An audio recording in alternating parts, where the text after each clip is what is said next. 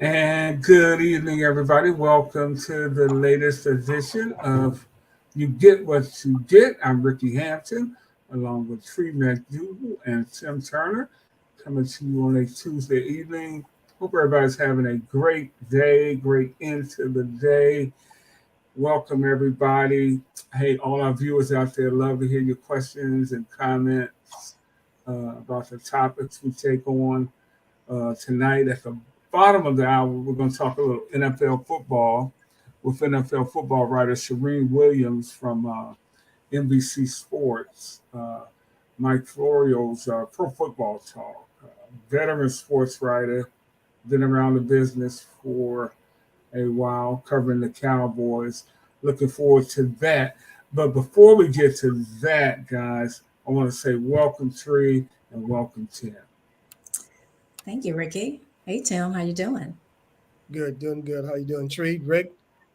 Um, What's up, Timmy? I got no complaints. I'm just, for me, I've just been all into the NBA games and a little tired from staying up late. I know, man. Yeah. That's 10 o'clock tip. I couldn't hang last night, and I'm glad I didn't because I was pulling for Golden State, and I would have been deeply saddened by watching that for sure. Apparently, it was a good game. I wish Yeah, I I would heard like to see it. I'm catching the replays of this thing. And that's the beauty of it nowadays. You know, you can just go up there, go to YouTube and or whatever, NBA.com, and you can get just the highlights. You don't have to suffer like we did back in the day when they would have it, on the West Coast. And you have to suck it up and watch it all night. You can't wait for the newspaper because the newspaper wouldn't have the score in there. You know, you can do it right now, everything instant. That's right. Technology is The newspapers would not catch those West Coast games. And at one time, the NBA was struggling so that they would tape delaying the championship rounds of the NBA playoffs. Which is instead of playing Letterman, they'd have those games on at like 11:30 at night. You know, big deal. That is unbelievable. In the 80s, when Dr. J was in the NBA and Larry Bird, the early days of Larry Bird and Magic Johnson, of course, those two guys played a major role in that finally changed it around. But it was a struggle for the NBA for a while, but it has become a mega worldwide business now, guys. Absolutely, it has. And from what I understand, the ratings for the playoffs this year have been the best in years. And like maybe it's because of the different storylines that are out there. But you don't want to scream conspiracy, but you got this ancient man with no teammates around him, almost eliminating the NBA defending NBA champions. They're up 3-1. You know, how in the world is LeBron willing the Lakers to a 3-1 lead? Golden State's got to win the next 3 games to even stay in this tournament. It's like, but it hasn't really been LeBron. It's been his teammates. There's some guys he's been getting some help, but nonetheless, that storyline is really exciting to look at. And Steph can't do everything, even though he needs some support. He is a remarkable player. He's awesome. But he has to do. He's probably thinking, "Damn, do I have to do everything?" Then he have like the answer would be yes. Because Clay has been playing well. I don't know what the deal was last night. I thought LeBron should have got I saw the early part of the game, and LeBron should have got a flagrant 2 on when he stopped Draymond on a long basket. He pushed him. Draymond bangs his head to the floor, pretty much knocks him out, and he has like a headache. But they just said, he went for the ball, so too bad, Draymond. It's just a common foul. Well, I think because Draymond has a hard head, nobody pays attention to it. Yeah, generally they go up there, they mop the floor, and they just check to see if there was a dent. Yeah. Oh, man. He's one of them Saginaw, Michigan boys. I know Saginaw, Michigan. That ain't hurt Draymond. if he ain't bleeding, there's so much he ain't hurt. going on. And Hey, but it's been like a rough couple of days in sports. So yeah, and I was going to say, I think either Tree or maybe you, Tim, mentioned YouTube, and YouTube is a great tool in many ways. You know, we all know the stupidity that can be on there and the silliness. Of course, I never watched any of that stuff. Wink, wink, wink, wink. right. But it is really tremendous when you hear about the passing of some of the legends of our time and the loss of Vita Blue over the weekend. Certainly is part of that. And let me see here. I think I have something. Did I load the Vita? I just tried to introduce Vita. And now I can't find my friend Vita Blue, the great Vita Blue here. But Vita Blue, Oakland A's legend, San Francisco Giant, Bay Area legend, passed away over the weekend. Your thoughts on him as I try to find this nice little clip on Vita. Yeah, just thinking about his, I always knew the name and, thinking about his name, which means life, and what an incredible life he had and career that he had. Just a great player. And the team that he played with at the Oakland A's, just a real dynasty, just really great player. And I got the let me play this just a little clip for our viewers out there who may not be that familiar with Vita.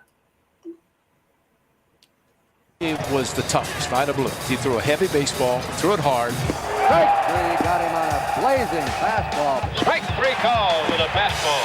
The Cy Young Award winner. Vita Blue, very intense young man today before this game. 8 innings in the playoffs and World Series without giving up a run. Vita Blue. When you grow up in a time that I did and you only get one game a week, and the Oakland A's went on this incredible run to win 3 World Series in a row, you start to get to know those players.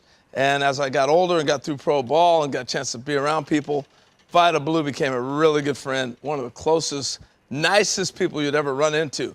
And so it is of sad news to see him pass away at 73 years old. I got a call from Dave Stewart the other morning telling me that Vita had passed. So I started thinking about Vita Blue, and you think oftentimes about that 1971 All-Star game that had 26 Hall of Famers in it. But that year was really special. Vita broke into the big leagues at 19. I'm going to take you through some video, get a chance to see his impact that he had not only on me, but on our generation of kids that were growing up watching him pitch. Vita Blue smoke, because he used to bring the heat back when people weren't doing it. 19-year-old rookie signed out of Louisiana, and then 2 years later he was in the big leagues, and then by 21 he had already won the Cy Young and the MVP that year, and that's when pitchers used to hit. But this is a fastball. He used to have the exploding fastball, just jumped on lefties, righties, threw it by people, could tell him it was coming, and he did it. Then the nasty curveball, as they might call it, a sweeper today, because he had a little different tilt on it, but he would throw different breaks on his breaking ball. Just the influence was huge. But it was the windup.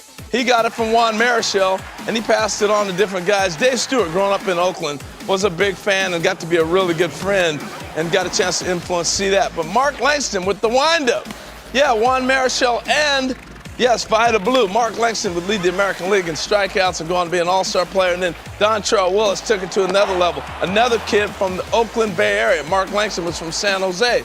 They got a chance to watch the A's quite a bit, and Vita was the guy up there doing his thing. So you pass those things on. Vita is going to be greatly missed and just really spend some time. Here's some of his career numbers. I still think, looking back at his career, you may have to re-examine it, talking about Hall of Fame. Look at that MVP year in Cy Young, 24-8, 1.82 ERA, and I think he hit a couple home runs in that season as well. Special, special talent. I'll wrap it up with this, folks, as you get a chance to look at some of Vida's career.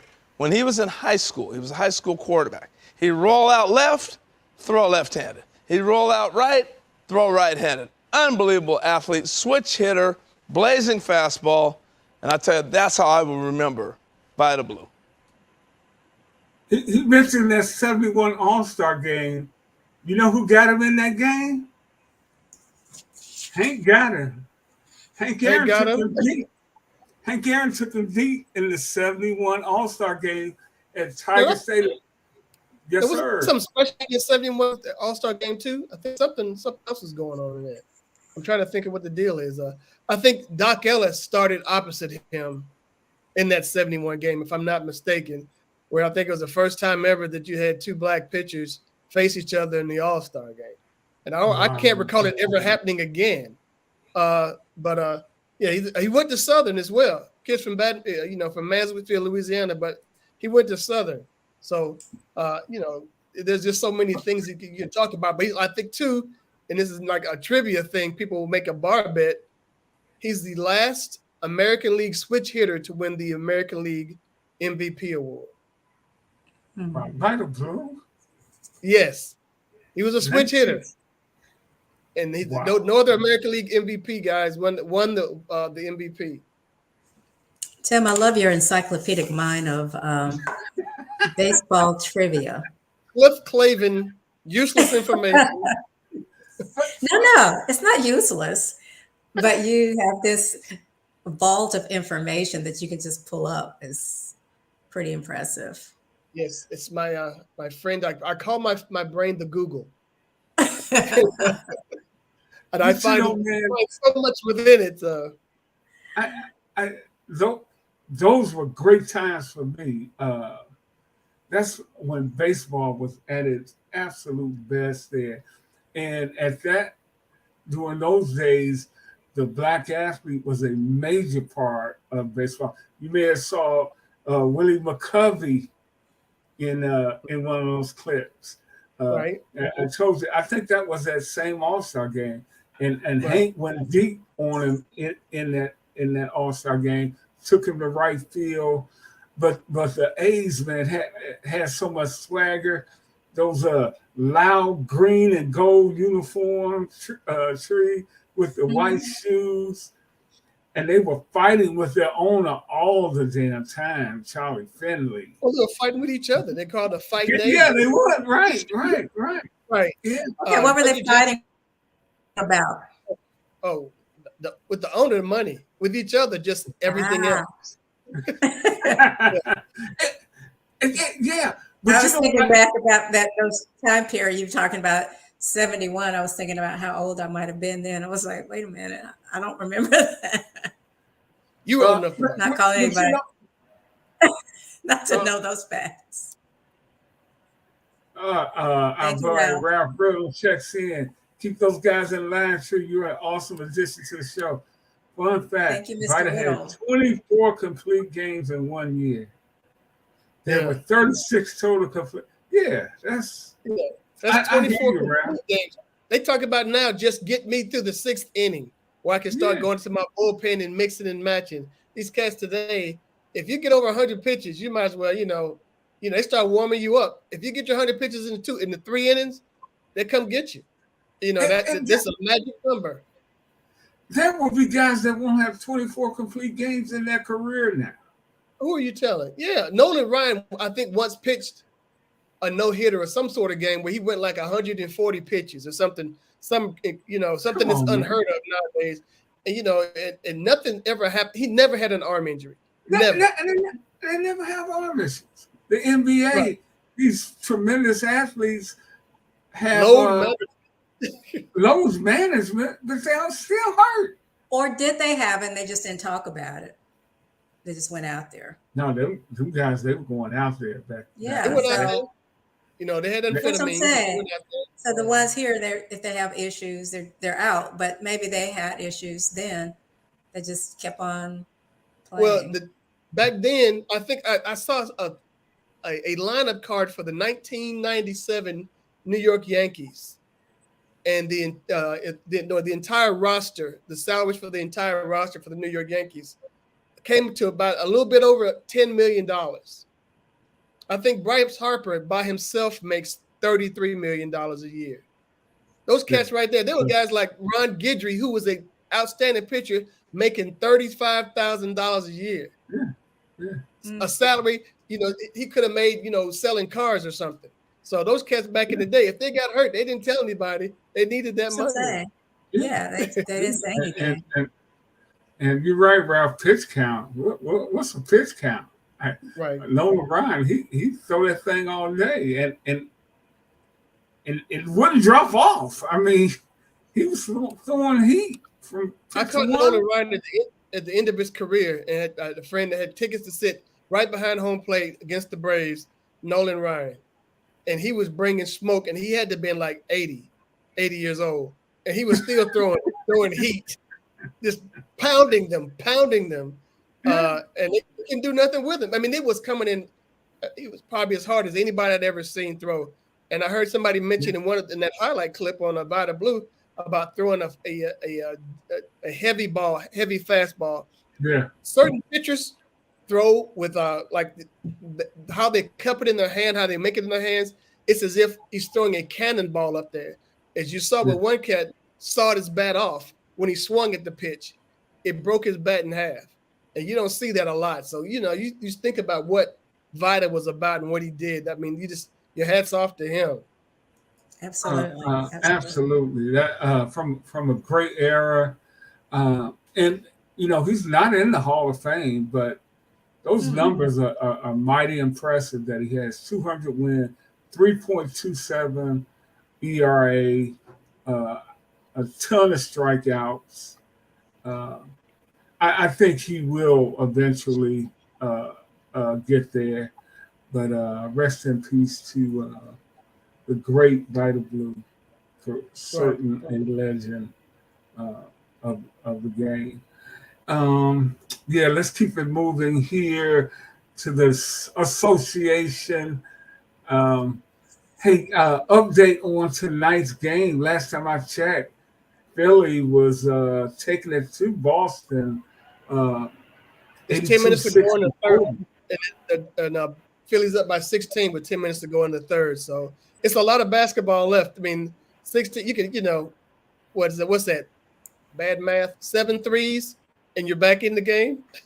It's plenty of time. It doesn't take much, but and Celtics, they've been the number 2 seed most of the year, behind Milwaukee, who got knocked out by the number 8 seed Miami. So I don't think seeding means much in any of these series so far. So if they hold on, they'll go up 3-2, and later on tonight, the Suns and Nuggets are going to tip off. That's 2-2, and Tree, the Suns have actually played better with Chris Paul being out. Well, good for them. Are they better with Chris Paul sitting down? And he's out tonight. Well, if it works for them for him to be out, then more power to them. But hopefully he'll be able to heal and get back in the game. I think that if they have the people that can support the rest of the team, clearly they're doing fine. So more power to them. Well, you got Booker and Durant are taking up some of the slack, but there was some dude I never heard of. What was this? Landry Shamet? Shamet? You're going. Shamet was just making those guys say another word to rhyme with it over there on the other side for Denver. Every time he took a shot, because he had 14 points in that of Phoenix's 31 in the last game, and he pretty much kept them in there. Durant and Booker get all the run, but they had to have a bench, and that's the thing you find out about who has a deep bench, who has role players who will come in and do really well. Yeah, and because a lot of times say it again, Tree, you were breaking up. Uh, Oh yeah, you guys are breaking up me, but I'm saying the role players always play better at home. I don't know if you heard that, but that's Yeah. all I was saying. yeah, yeah, Yeah, they and do. the Lakers got that last night because a lot of times the stars cancel each other out unless Right. somebody just goes berserk like Steph did in Game 7 against uh, the Sacramento Kings last night uh, in LA was Lonnie Walker who Yeah. uh, who rallied the Lakers down the stretch. They were down 12 points, and he gets hot, and they take a 3-2 lead in this series. And the ratings for this series have been some of the best ever. Talk about ratings, and this isn't the finals. I mean, this is just a conference semifinals. But I think that you got LeBron and Steph there, two of the most popular, hated, and idolized players in the league. And I don't know who was it say, just say my name right or spell my name right. I think that goes for those two because both of them have their critics and their fans. They do. Yeah. Absolutely, they do. I just think that I just have been Okay, when do they amazed by. say? No, go ahead, Tim. I'll ask my No, question. Go no. ahead. No, I was going to So say, now- who's criticizing Steph? I mean, what are they saying? Oh, you just got people that just don't like him. Just like you have Okay. people that just aren't fans. They aren't fans of the Warriors. They aren't fans of Steph. A lot of people doesn't like the fact that he's a shooter. He says he's ruined basketball with his 3-point shooting because everybody tries to do it and nobody can do it like him. That's not his And fault. then I agree with that. I agree with that. This is hater. Yeah, but that's not Steph's fault. But the deal is these kids think they're him, and it's like they don't care about fundamentals. Hey, they said this guy. Granted, Steph is a great defender. He's a great rebounder. He's an all-around basketball player who shoots exceptionally well. Those kids don't see the rest of that. Right. All they do is see somebody that throws the ball up there and it goes in. He plays a complete game, and that's something you have to respect him for. But he's ruined it because he's just like, look at Trey Young. I mean, shots from the logo. Come on. And Trey is like it's always a fast break on defense when he's out there because it's 5-on-4. He didn't play defense, but Steph does that. I always think. I always think nobody goes to the basket. Very rarely. Everybody's trying to shoot 3-pointers. Yes, right. And I guess that's Steph influence there. Well, they talk about that being part of analytics, but actually, that is not how analytics is set up to work. The layup is a shot you should take because it's, an automatic bucket. But more and more guys are just foregoing that to kick it to the corner. The shots they don't want you to take are the mid-range shots. But you just that happened last night. Tatum was under the basket and he kicked it out to Horford in the corner. He had a layup. Yeah. Nobody was around him, but he saw Al in the corner. A 3 is better than a 2, I guess. Yeah, it feels like, they could be trying to get to, it'd be different if they were trying to go for extra shots, but it feels like kind of showy. Yeah, that's what Steph, when he gets going, there is nothing you can do. There's really nothing. It's a thing of beauty. You cannot double him because he's a great passer. If he's hot, he's going to shoot it from the damn logo.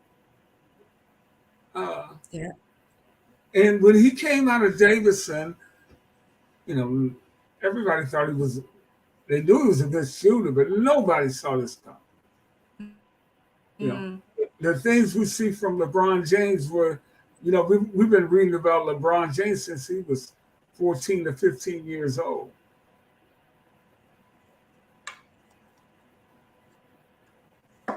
Tim? Pardon me, sir? I was saying we we've been reading about LeBron since he was 14 or 15 years old. Nobody saw he's this on the coming cover of Sports when he was Illustrated coming when he out of was- Davidson. Yeah.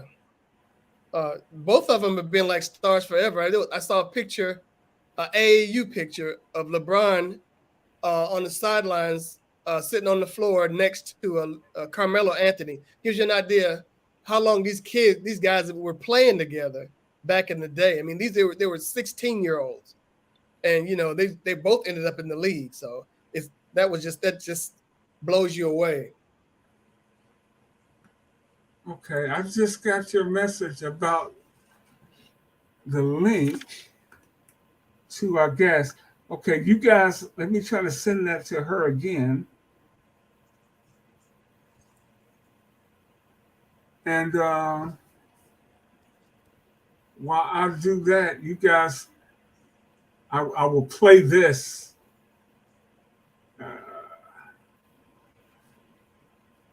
Okay. I just think that like tonight you think about these people that are everybody's 3-1, and this is a 2-2 series. But my goodness, can you think of Golden State going home early? Even if they get eliminated, the NBA people will be happy because you're going to have the Lakers in the Western Conference Finals. I think they'll take any of the teams between Denver and Phoenix, given the way that these teams are playing, because you want to see Jokic play.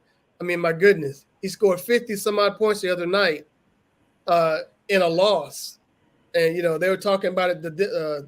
Kevin Durant was in the interview saying, you put two people on him, he goes for 30 and they win. You slough off on him and pay him man to man, he goes for 50 points, and talks about just how unreal he is. And folks are saying that he got cheated this year for the MVP award because they felt like it was like a lifetime achievement award for Joel Embiid because he didn't get it the last 2 years, which I thought was unfair to Joel because I thought that he had an outstanding year. And the Sixers are where they are is because of him. The Nuggets are where they are because of Jokic. So you can't begrudge either one of those guys and what they've done. So Tim, if you're looking into your crystal ball of the future, who do you see? Is it too early? Not that I knew you were going to do that. Not that crystal ball. Not that one. But if you were, who do you think is going to be in the finals? The way the Lakers look, oh my goodness, it's between Denver and LA and on the West, and I'm discounting Phoenix, and I don't know why I am. I just think Denver's going to pull it out. But it's hard to go against LeBron now. They're on such a roll. And I think it's going to be the Celtics. Although Philly's got the big lead tonight. Even though they're going to be, looks like they're going to be down. I don't know. Yeah. I think it's going to still think the Celtics are the team to beat. They are definitely capable. Yeah. And I was reading today, Giannis is mad. He's like, man, I've had enough. I'm coming. I'm like, dude, just make some free throws. Let's just start there and make some free throws. His free throw shooting was atrocious. It cost him a series. Yeah, I always say that if you can't make your free throws, it's really jeopardizing the game. And it does mess you up. Yeah, absolutely, it'll mess you up. Absolutely. So we got Philly in pretty good shape here, but like you said, Tim, a few threes here there, because they nearly blew the game the other night that they had well in hand. So, that the Celtics defense disappears late, but now it looks like in this game it's disappeared early. So that is a difference in that. But right now they're down by 17 with 4 minutes to go, 8 minutes to go in the fourth quarter. They're down by 17. So it may be I could be very wrong about the Celtics, and they're going to have to there's a chance Philly could close them out Thursday night in Philly. Here's where they need to start shooting those threes, or at least go into the basket to get some points. I don't. Oh yeah. At this point, I don't see. I go for the sure thing, but they're gonna need some be able to make those free throws. They're gonna be able to need to just really hone in on their scoring and defense for sure. I just have been surprised by how these guys have played.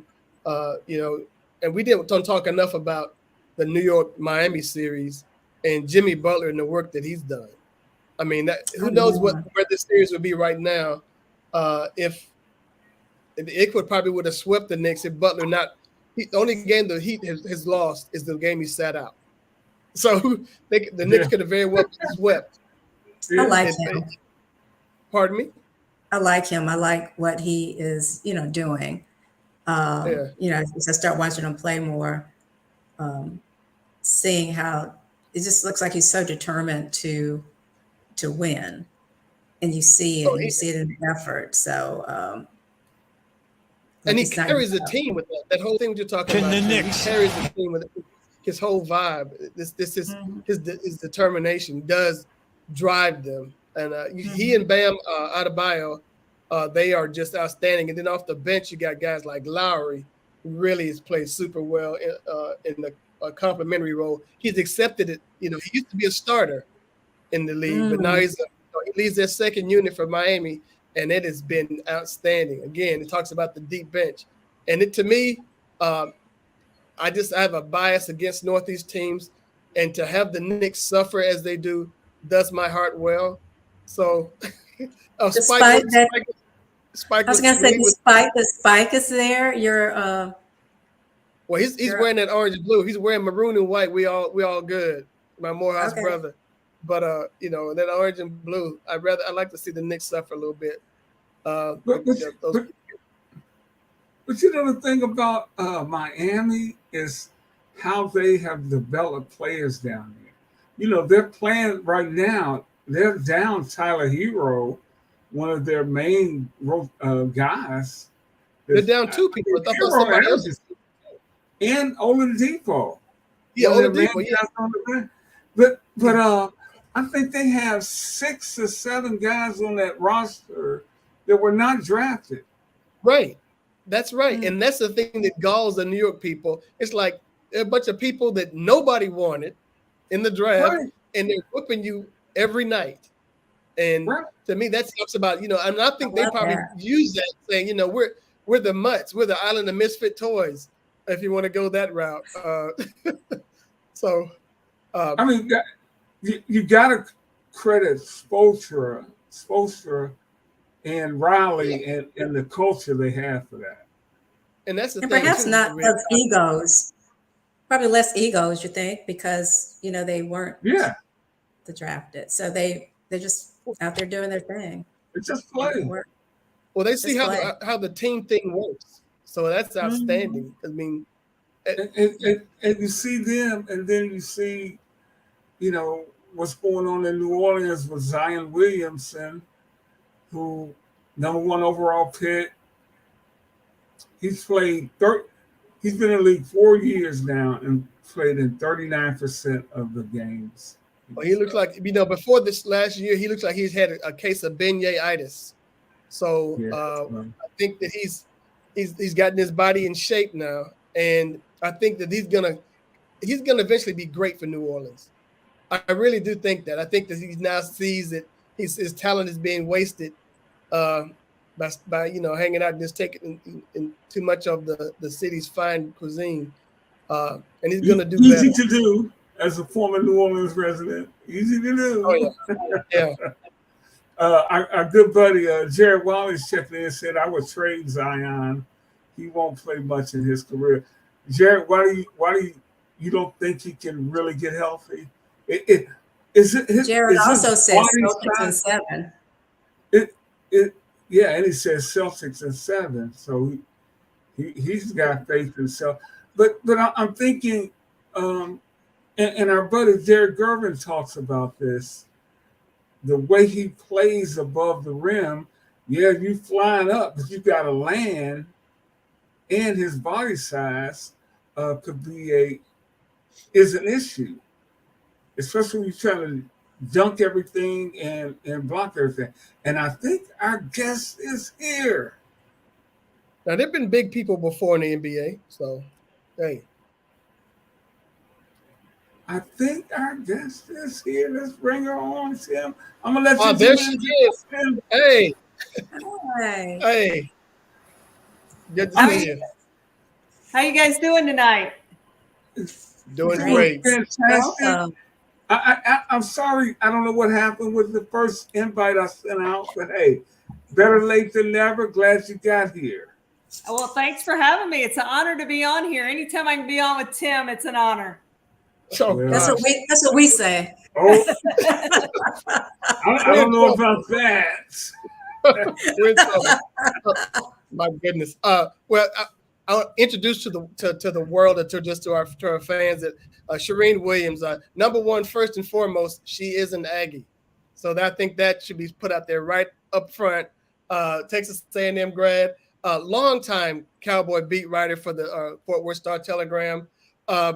She's in the Texas Sports Writers Hall of Fame, and you're in the NFL Hall of Fame in the writers wing. And our good buddy, our friend of the show, Orlando Ledbetter, is up for that same honor.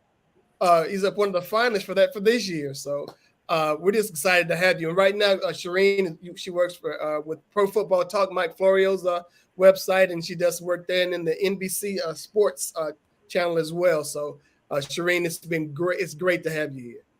Well, it's great to be on with you guys. I appreciate you having me tonight. We wanted to talk. Go ahead, Tree. Oh, I thought Charean was talking. Were you saying something, Charean? No, I'm good. Oh, okay. Well, first of all, you should know I don't know a whole lot about sports, but these guys let me just hang out. I like it. That's a good way to be. Yeah, I always say I'm not a sports enthusiast. I'm a sports watcher. I want to make that distinction. But I have a lot of questions for you, but one of the ones I wanted to ask, one of your recent stories is really interesting regarding the Texas and their first round pick. Do you think that team ownership forced CJ Stroud pick, or I'd like to get your thoughts on that. Yeah. I really don't, Tree. I really think that they had their sights set on CJ Stroud the whole time. They did a great job of really not letting the cat out of the bag of who they wanted with that number 2 overall pick. No one knew, but I think they knew. I don't think there was any dissension within the ranks. I think they zeroed in on CJ Stroud. Now, I do think they wanted Bryce Young, but they knew Bryce Young was going to Carolina like everybody else did. So who do you take after you take Bryce Young? They had to take a quarterback. They had to come out of this draft with a quarterback. They got the quarterback, second best quarterback in this draft by most people. Some would argue that Anthony Richardson might be the better quarterback. Whatever. We're going to find out 5 years from now. We'll know where all this stands. But I do think that they had CJ Stroud as that number 2 pick after they knew that Bryce Young was going to go to Carolina. When they determined that a few weeks before the draft, I think CJ Stroud was their pick. And I don't think ownership had any say in that. Cal McNair might have said, hey, I'd love for us to come out of this draft with the quarterback, but he didn't even have to say that. Everybody knows the Texans need a quarterback after the Deshaun Watson fiasco with how that ended, getting traded to Cleveland. They had to come out of this draft with a quarterback, and you had to use that number 2 pick on a quarterback to guarantee you're going to get your second choice in this draft. And they did. And I think it was a great pick. Well, you made something real quick. You said that 5 years from now, we'll see. And you being a long-time NFL person, you don't get this, 2 days after the draft, we're going to grade the draft, A, B, C, D, whatever, and all that kind of stuff. Does that drive you crazy? Yes. And I used to hate to do it. Like the Star-Telegram for 17 years, I had to grade the draft. Well, we don't know. And then you're making teams mad because they're like, I'd hear from the Cowboys. Well, we had a great draft. We love our pick. Well, everybody loves their picks. Everybody thinks they had an A+ draft unless you don't have a first-round draft pick, don't have many picks like the Rams have done. This year they had more picks, but the past few years, the Dolphins this year didn't have many. But teams love their picks every single year. Yes, you're exactly right, Tim. It's hard to grade a draft at this point. It's going to be hard to grade a draft after year one because we see guys develop. If you had graded Jacksonville after year one of Trevor Lawrence, you would have said they picked the wrong quarterback. That was not the right quarterback to pick. But now we've seen Trevor Lawrence develop, get better, and I think we all would agree that Jacksonville made a good pick when they took Trevor Lawrence. He looks like he's going to be a franchise quarterback. So you got to give these guys, especially the quarterback position, you got to give them time to develop. So it is going to take 5 years before we know which quarterback is better, who had the better draft, was that the right pick, should they have moved back up for Will Anderson, all those things. But on paper, as I sit here today, I love what the Texans did. I think they had one of the better drafts.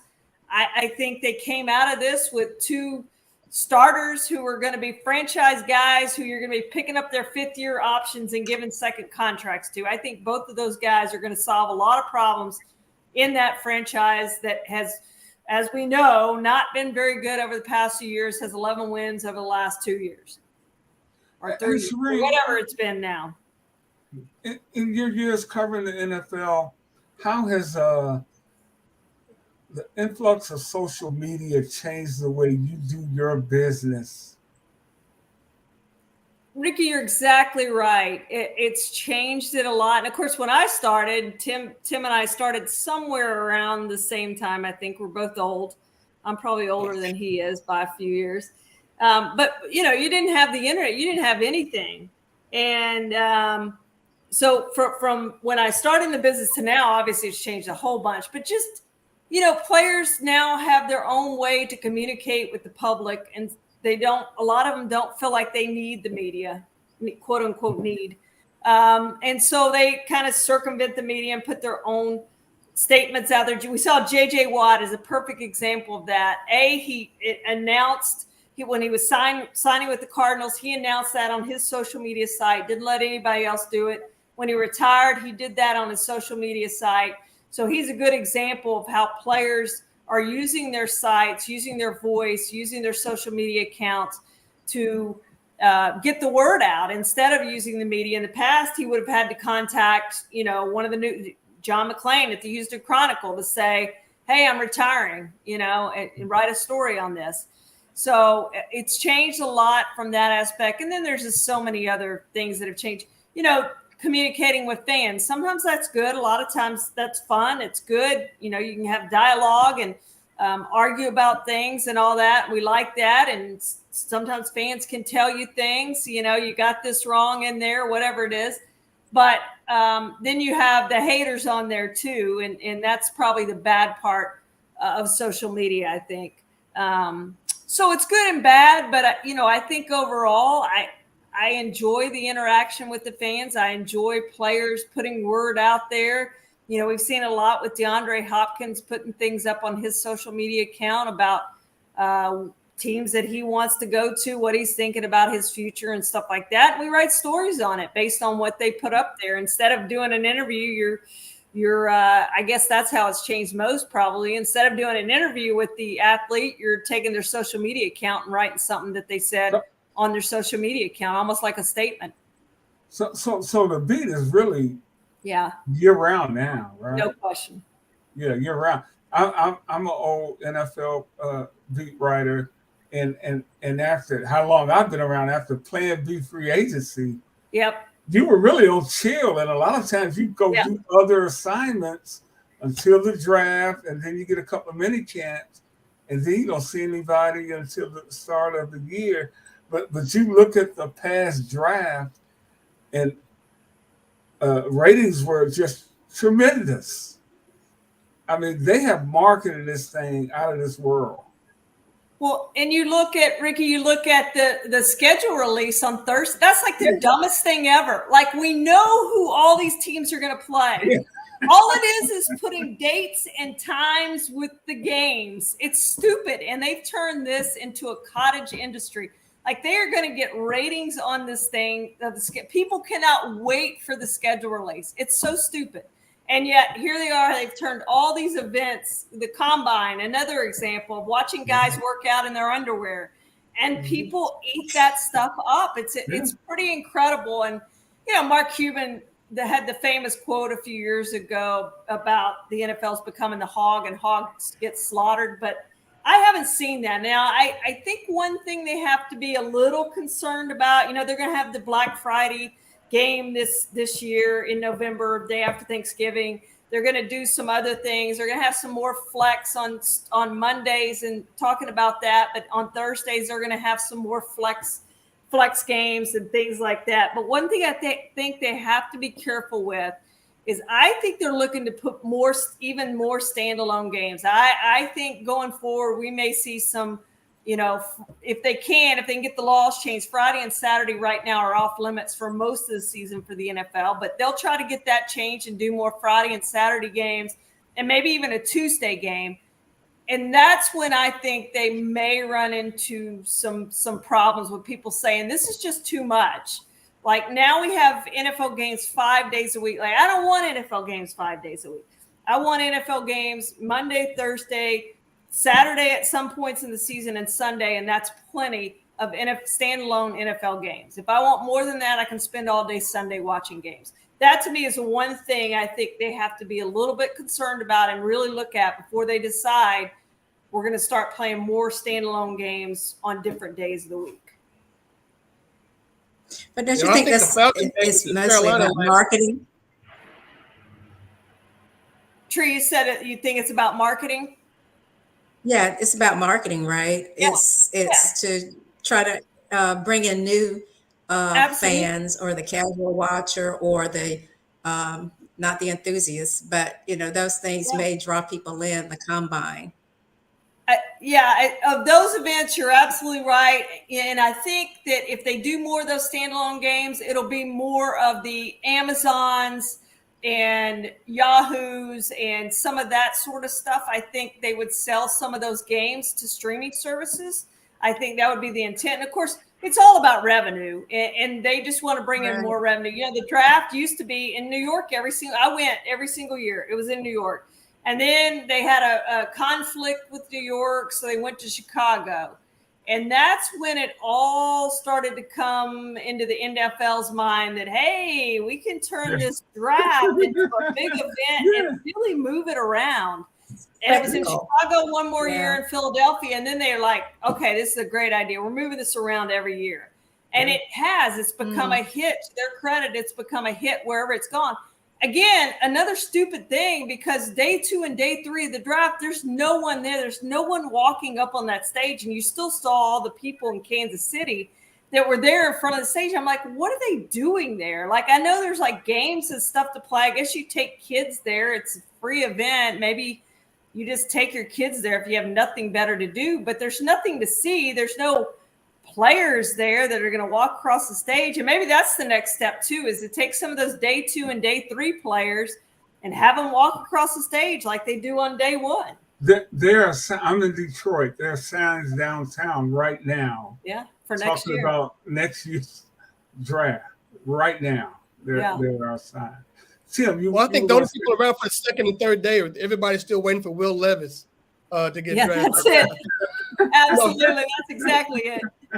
So, and I think that the flex had to do with the Falcons playing so poorly against Carolina on a Thursday. They're like, we have to have other options when we have really awful teams on these different nights. But what is it this year? The thing is, the NFL no longer is going to lock conferences with the two major networks. The AFC is not going to be exclusively CBS.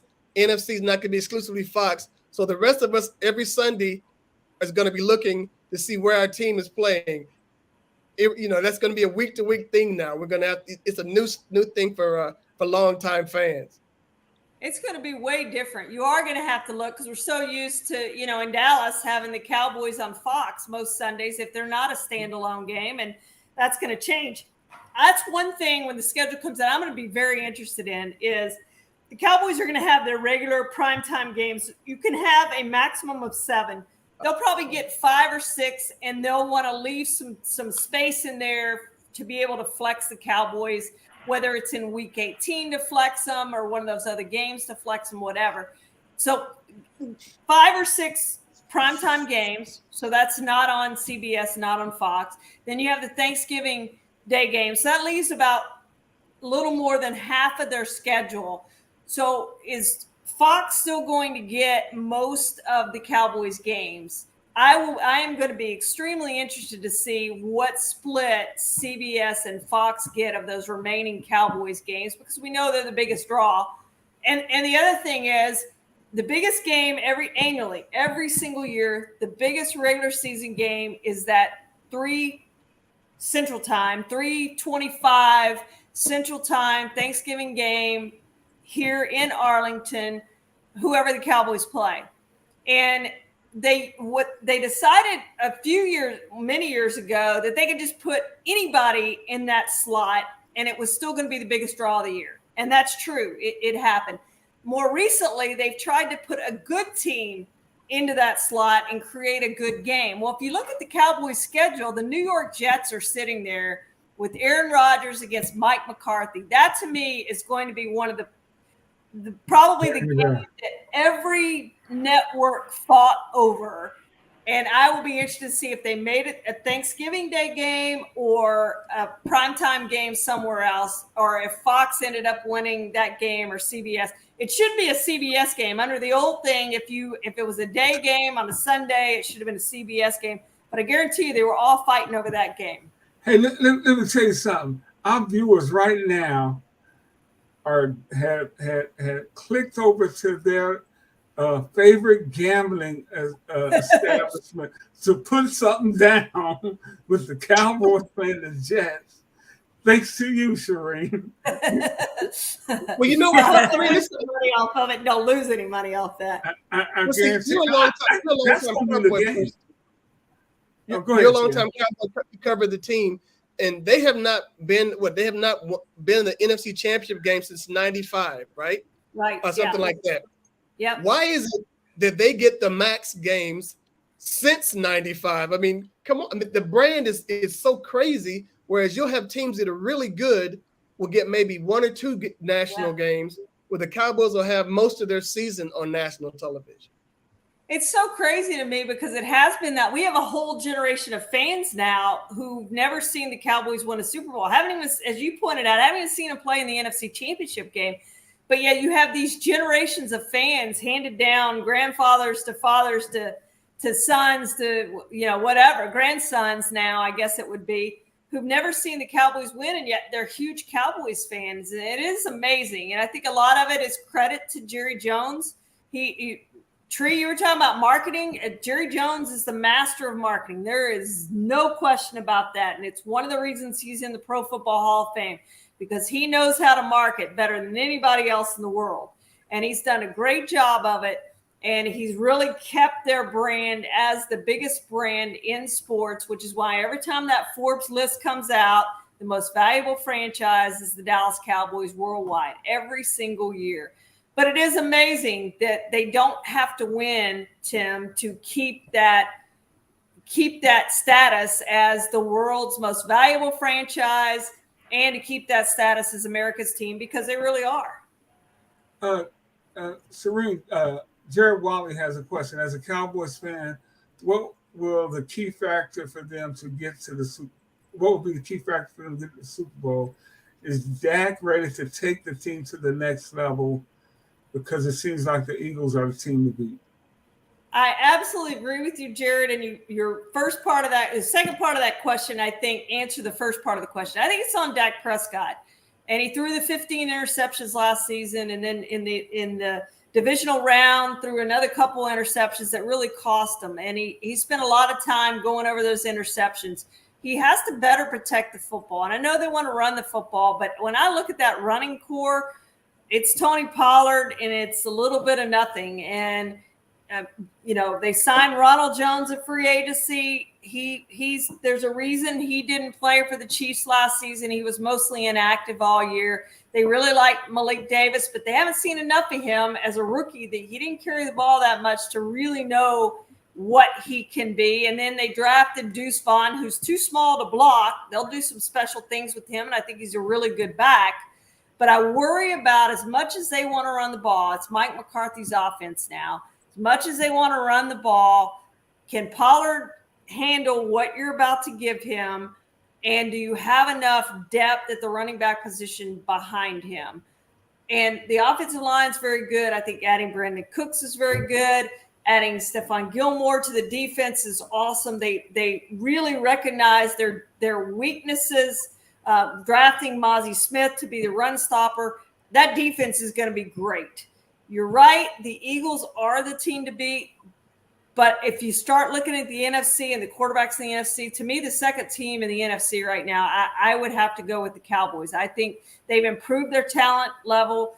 They've addressed their weaknesses. To me, it's on Dak Prescott and a little bit on that running core.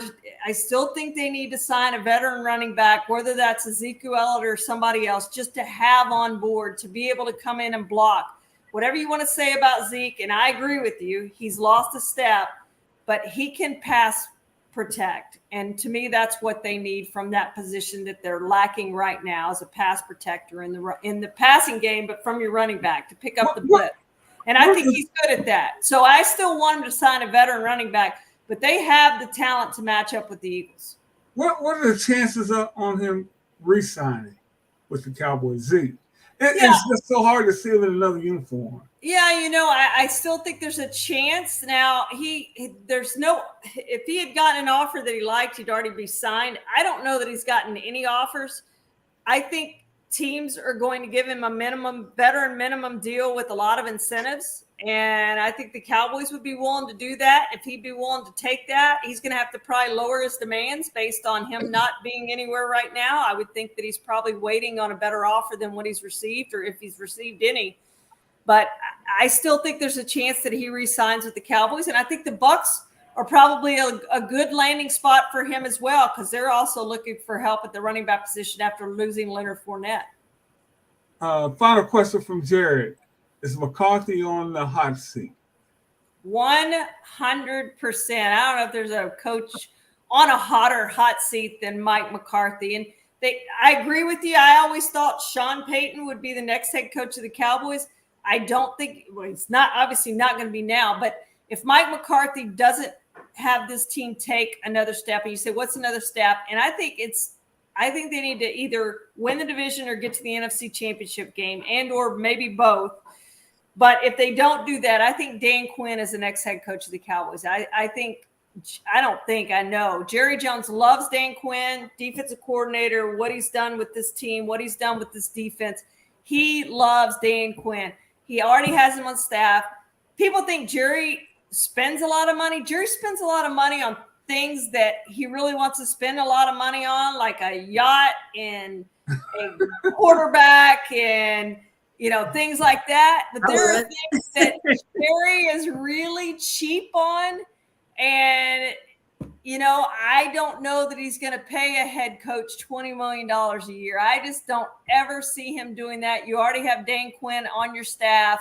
You can pay him $5 or $6 million a year. He would love to get a second chance as a head coach. He would take that in a heartbeat.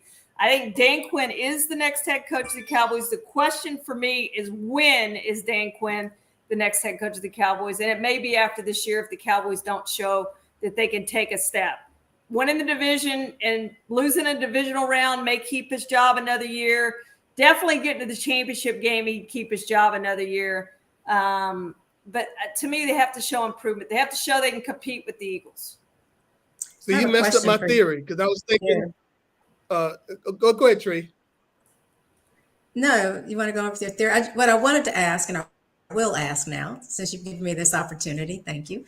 I love hearing you talk, Shireen. And one of the questions I have, since you've been doing this for a while, what has it been like to cover the Cowboys and just be in the role that you are as a woman, particularly covering football? What's that been like? How was it when you started, and how is it now?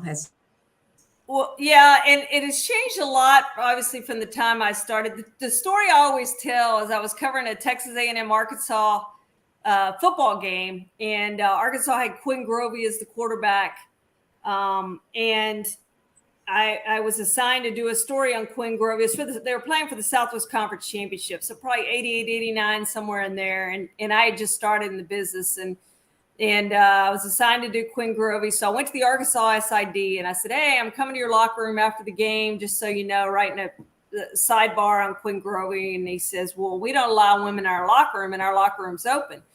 And I said, well, what would you like me to do? And he said, well, you're going to have to stand outside and I'll bring out Coach and Quinn Grovey. And after all the men are done with their interviews, I'm like, oh, okay. So I stand outside, locker room opens, men go in. I'm standing out there 10 minutes, 20 minutes, 30 minutes. And finally, Kirk Bowles, the Austin American Statesman, comes out. And Kirk says, Shireen, what are you doing out here? And I said, oh, I'm waiting on Quinn Grovey and Coach to come out, get my interviews. And he said, there's a back door. They're gone. And, I don't know if I wanted to cry or throw up, probably a little bit of both. You feel like you've failed in this task that you were given to do as a young reporter. And he put his arm around me and said, hey, it's all right. I'll give you all my quotes. And it kind of blew up. Awesome. The women's group of media got involved in it and things like that. But that's one of, many stories that in the 80s that it was that's just kind of the way it was. And I'm really grateful and blessed to say it's changed a lot since then. We don't hear those stories anymore. And one of the big reasons we don't hear that, it's changed from players used to not want women in the locker room, and now they don't want anybody in the locker room, period, end of story. They would prefer that we all stay out of the locker room. But locker rooms have changed too. Like they're not like they used to be. Like they're huge. They're bigger than my house. And, they have a changing area in the back and all of that sort of stuff. So the locker rooms themselves have actually changed for the better, obviously, from where we were in the 1980s. So a lot's changed. And I'm happy to say that a lot has changed and we're where we are today. But yeah, there were a lot of those hurdles, Tree, that you kind of go through to get here, and some horror stories in there as well. Well, Shireen, you are a big And I would part of assume, that change.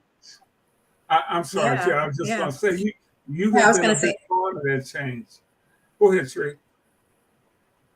Oh, no, I was going to say, I assume they need a bigger locker room for all those outfits that they wear as they go into the stadium. It's true. We've been, They do. Tim and Ricky and I have been looking at their I think, outfits. what? Along those lines, of this will be the last thing I'll ask your buddy in on. Do you think a hairstyle precludes anyone from getting a job in the NFL? Because I've heard recently that there's one guy out there that says that it's his hairstyle that intimidates people, and that's why he doesn't have a job right now. I thought Clarence Hill, my former coworker, the Fort Star Telegram, had a great tweet. Was it today or yesterday? Chosen Anderson, who used to be Robbie Anderson, just signed a free agent contract. And Clarence tweeted, I wonder what Cam thinks of Chosen Anderson getting a job with the hair that he has. So no, I don't think his hair had it. If he could still play, he would still have a job. I think if you watched Cam Newton play in his last games with Carolina, I think everyone would agree that he's not a very good quarterback anymore. And on top of that, he hadn't played now in a couple years. That's another thing. But he wouldn't take a job as a backup. And so that also probably kept him out of the NFL last year. If he'd taken a job as a backup, then he might have had a job last year. But he made it clear that he wanted a job as a starting quarterback. Nobody was willing to give him that based on what he did to close out his career in Carolina. So no, I think I think for black quarterbacks, there absolutely was racism in the NFL at that position for many, many, many years. And I think we have seen that change again for the better. And you saw it in the draft. And I think it was great. And so if he could play, I have no doubts that he would still be playing in the NFL. But I just don't think he can play anymore. 2015 was a long time ago when he won his MVP award. No doubt about that. And even then, I had a GM tell me, a former front office guy,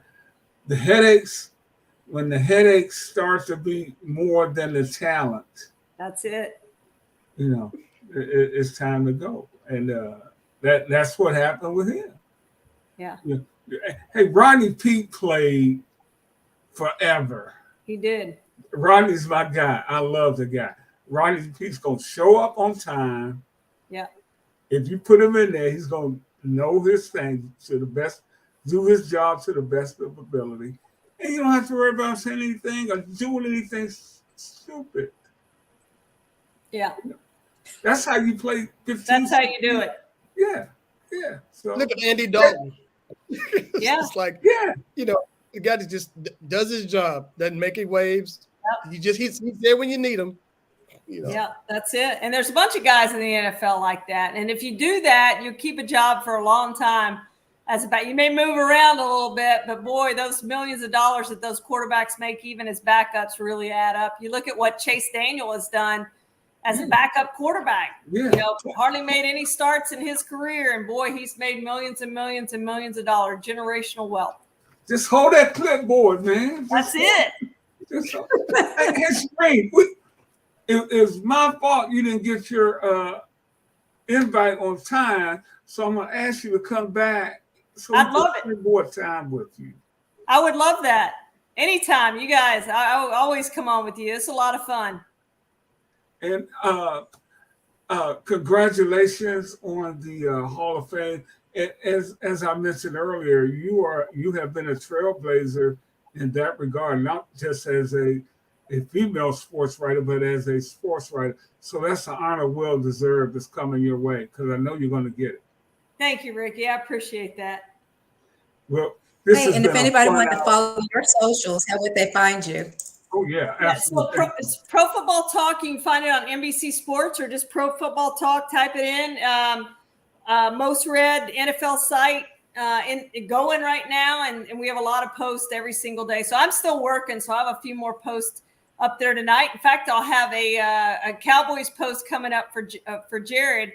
Just for you, Jared, I'm going to put a post up here on Tyler Smith being willing to play wherever the Cowboys wanted to play. And then my Twitter account is NFL Shireen, CHAREAN. So appreciate you guys having me on. Fantastic. Well, we're going to get out of here. Thank you. We want to thank Shireen Williams for checking in with us. Of course, Tree McDougal, Tim Turner, I'm Rickey Hampton. We're going to get out of here. We'll see you next Tuesday. Peace, everybody. Good night. Thank you, Shireen. All right. Be kind, everybody.